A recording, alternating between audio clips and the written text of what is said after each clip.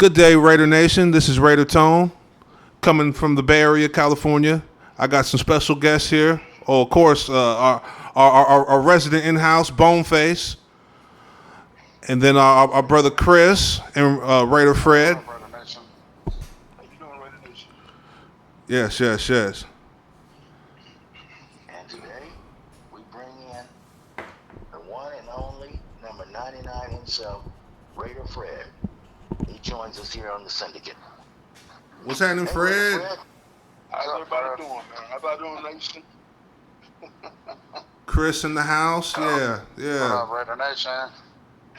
Good to see you There guys it is. up here after another hard-earned win. Yep. Right? Oh, yeah. Pleasure to have you guys here today. Always a pleasure. Yep. Oh, yeah. So, let's do what we always do. Like I say, hey, look, let's get into it. Last week, we pulled off a nice victory. It wasn't the best, but it was nice. And you guys want to bring in your thoughts from last week's game? Okay. You guys want to bring in any thoughts? Yeah, I like the way the backup stepped up. You know, everyone had the question. We didn't have Crosby. There was no Adams, but the other receivers stepped up. The other defense players stepped up. Robert Spillane pretty much took control of that leadership role by himself. Definitely. I'll say I like that, and I got to give a shout out to Isaiah Palomar. He stepped in for the injured Marcus Epps. He made some big plays, and I knew he would because he's been, as a rotational player for three seasons. He's every time they put him in, he's done some good things. So I didn't really have a worry about him, but I'm glad that we're giving him the shot other than going and getting somebody who wasn't been here. So I just want to say I give big props to the backups that came in, stepped up, took advantage of the opportunity, and hopefully that continues this Sunday and every other game going forward. Amen to that. I Amen gotta to give, that. I got to give Pierce credit to that. I mean, having great depth. Right. This thing is the next man up. This guy was the next man up, and he's showing proof. He came out there and he was a dynamo. Yeah, defense bounced back definitely. Yes. Right. On the offensive side of the ball, I say that Alexander Matheson, same thing. Oh, my God. Yeah. He He came was in. awesome. That guy was awesome. He came in. Pierce said he's going to get more reps, and you crunch the numbers, he's averaging 5.1 yards a carry. So it's a no-brainer for me that he should be probably starting running back, have Zeus as number 2 to come in and, pick up the little slack there. But Madison is the one getting the results on the run game. Yeah, Right. definitely. Exactly. He's definitely doing that. Yep. He showed that potential way back at week 1 versus the Chargers. Yep. He showed it then, and I wish they had just kept him in then. Yep. Right. Okay, to swing the momentum back in our favor, and perhaps we may have won. We may have won that one had they put him in a little bit sooner. Right. Exactly. Made the replacement, rotate him in, and had him go for it. And I think we would have had a whole different outcome to week 1. Yeah, I agree. And you can see the direct difference in last week's game because they rotated him just in time.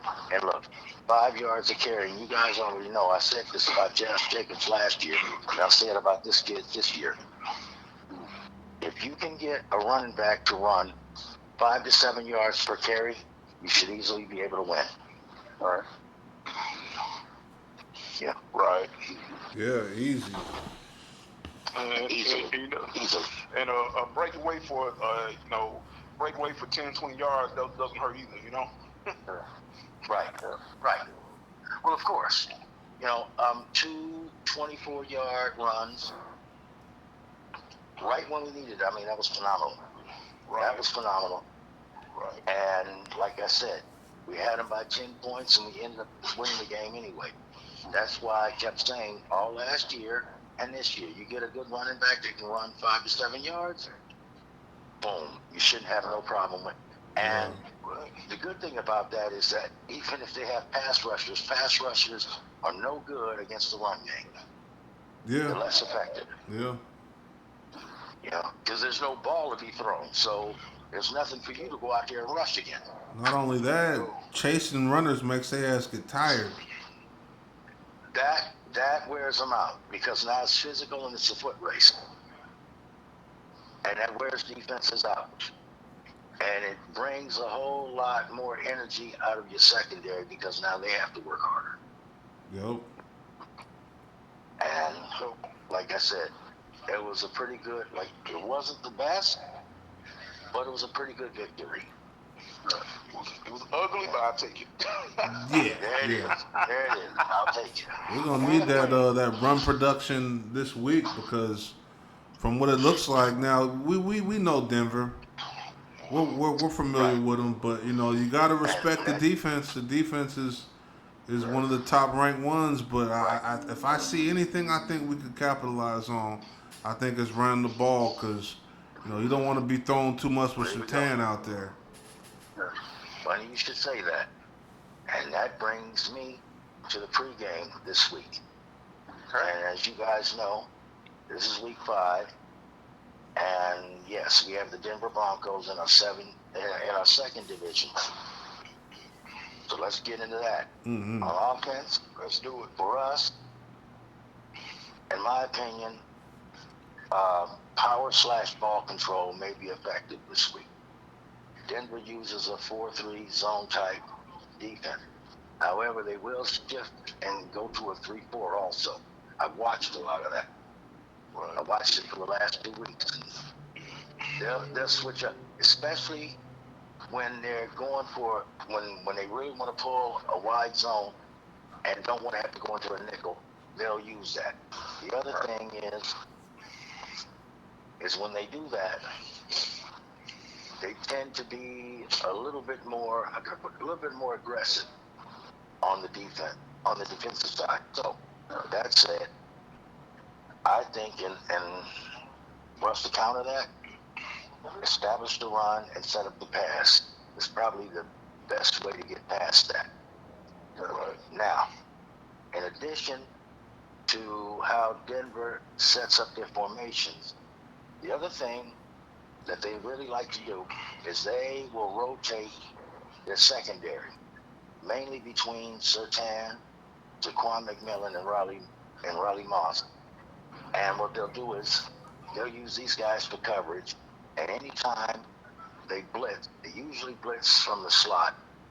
And that defensive end, Zach Allen, he's a guy to watch. He can come up through a lane. I've watched him come up through a few. Last week, he came up the lane several times on Aaron Rodgers. Very fast. And when they do that, the thing is, you figure, okay, we'll get rid of the ball quick. But if you do that, the problem with that is that they'll put that guy, PJ Locke, he's a safety. They'll throw him in a coverage, and they'll throw him in like this weird option. So, and that's how he's been getting a lot of his deflections as of late. That all being said, if, Minshew, when he's going to do passes, he has to be quick and calculating with those throws. He can't stand there and hold the ball forever. He's got to throw it because Zach Allen will come in on him. It's not a matter of if, it's just a matter of when. Well, got to get rid of that ball. And also, too, he can't be a stopper. If he's in trouble, if he has an open lane, or if he sees an opening, run to that first down if you can. Not, don't just stay there. No, yes. Exactly. And if you have to throw it out of bounds, make smart throws. But make sure you just don't stand there like a statue, Yeah. Exactly. Definitely. Keep no frozen goods. Don't be frozen goods. Mm-hmm. No. If you don't tuck it away and vote for the marker, or if you can't find anybody open, hey, The other option, throw it away. Get it on the next one. Throw it away. Hey, look, nobody's open. They're all covered. It happens. Throw it away. Yeah, we're gonna need heads up Just don't stand and plays. get creamed. Heads up plays on Sunday. Right. Lots of them. Okay. On the defense, it's almost the opposite of what I said about the offense. Right. The thing with Denver is that Bo Nix tends to split the ball between their receivers, mainly between Cortland Sutton and Josh Reynolds. Oh my God. That being said, he's been inconsistent with his passes. Yeah. However, Denver also has two potentially effective running backs in Jaleel McLaughlin and Javonte Williams. Thus, so I say focus on stopping their run is vital. And gentlemen, as you know, we have had problems with stopping the run. Stopping the run. Yes. That has been the big Achilles heel of our defense. Stopping the run. But also, let me interject with this too, because the last two games I've watched, and I've seen teams had these guys on the ropes.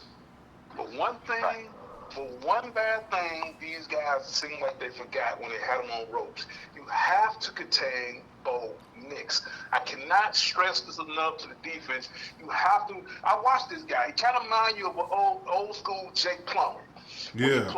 We played for Denver. Right. He was very elusive, and just when you think you got him, bam, he either hits you the throw, or this man, or he runs to the left, runs up a A or B gap and gets some yards for a touchdown, and then throws and plays lights out and throws a touchdown pass before you knew what happened. That's why I see in Bo Nix. The man can not only throw the ball to open receiver, but he also can run.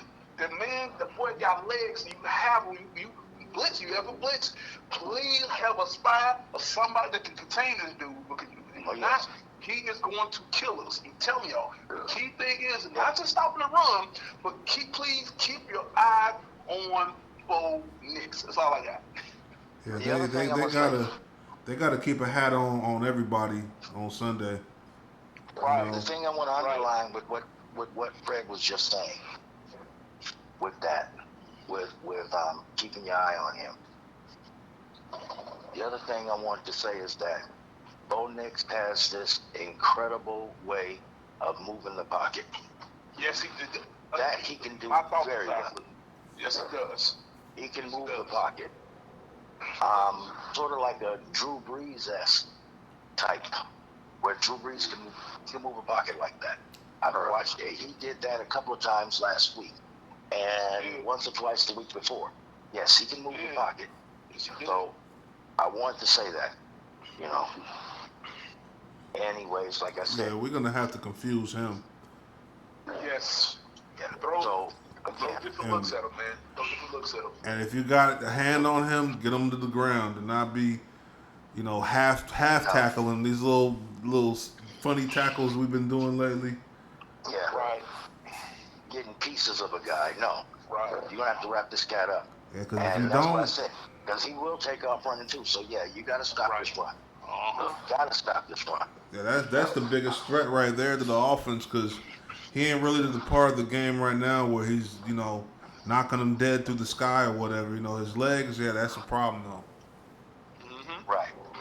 So what I was gonna say is that the bottom line, although the Broncos may have a roster of unknowns, they're definitely evenly balanced. That's it. Now, on the other side, with a good, consistent composition of effective drives by the offense, plus big stops or even turnovers by our defense, we can take these guys and beat them, and we need this win, especially to move up on the divisional ladder. Exactly. You guys' thoughts on that?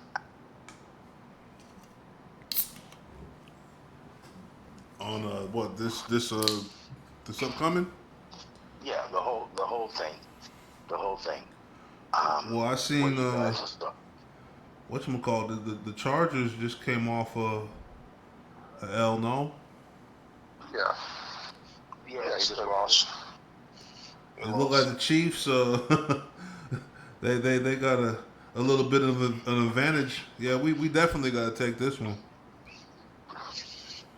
I think it should be the Alexander Matheson Oh, it got to Chief be. won this guy. It got to be. I don't want their corners getting too happy. Right. Right. Right. No. And to be What's honestly, the? Yeah. honestly though, I mean, run him most of the time, but you use Zeus only if you have to. Yeah. Well, I Ain't think he Zeus has kind of hurt anyway?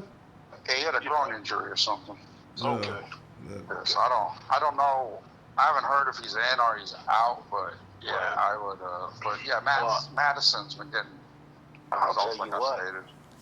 Yeah. Right. Zeus in those drops, man. Those is crucial right there. I know. Can't be having that. Game changers. Yeah. Each For the worst. game. Game changer for the worst. Yeah, each game And you do that, man, it'd be a wrap.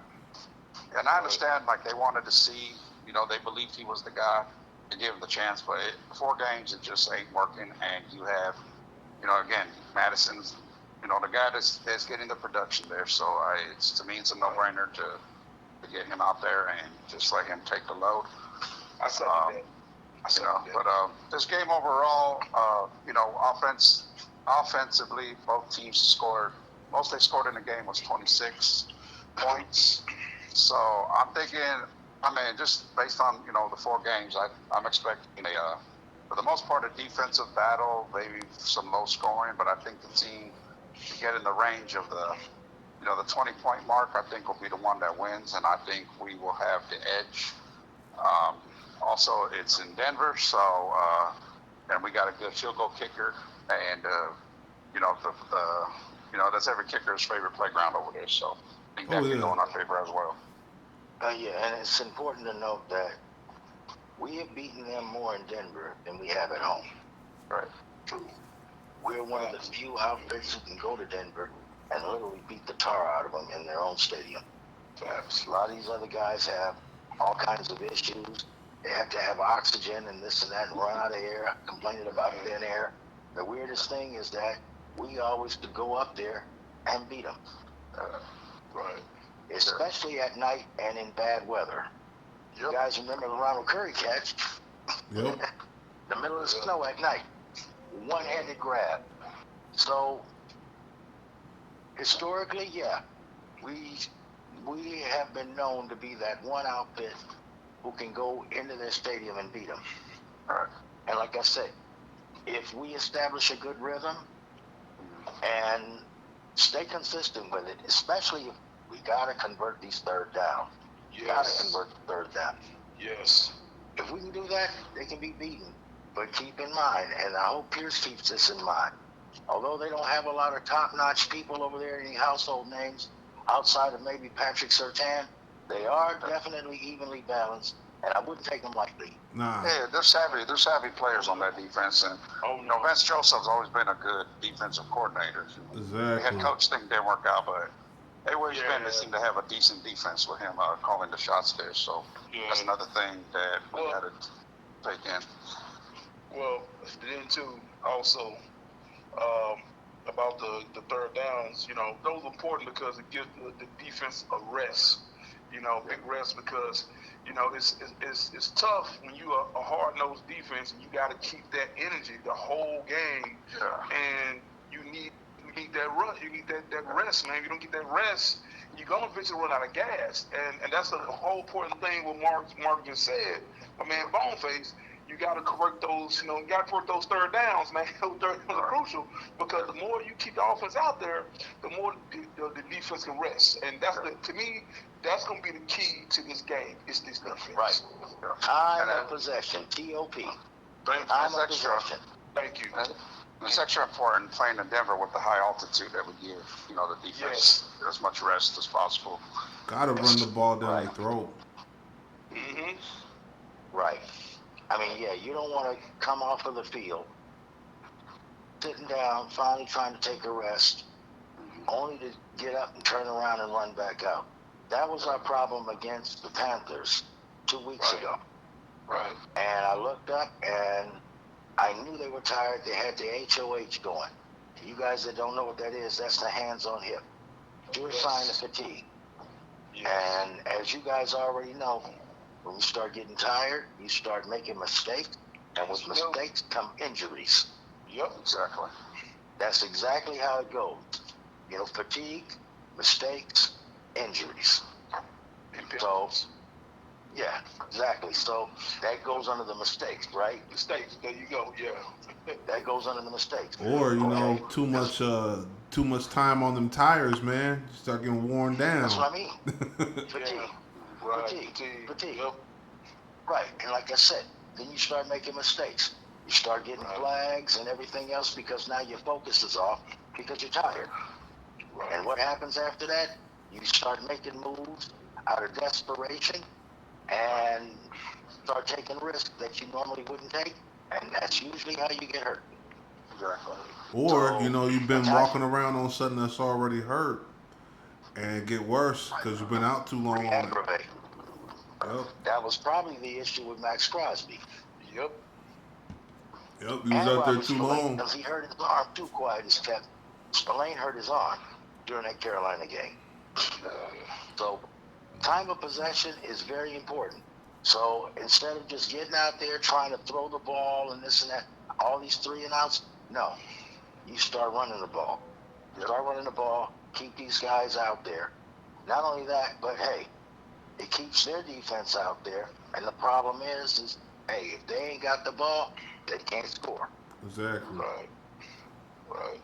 And it really works when you have the lead in the ball.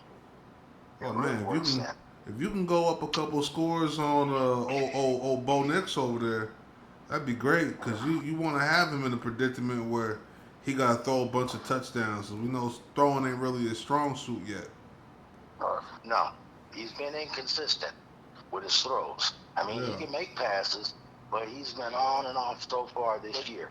But you can't sleep on him. You can't sleep on No, him. I wouldn't sleep on him either. And that's I what wouldn't that's sleep where on certain him. teams that's what teams mess up at. And you think because he's inconsistent, you think that he's not going to make certain passes, and then Right. well, you know, you look up and you lost the game because he just beat you with his arm.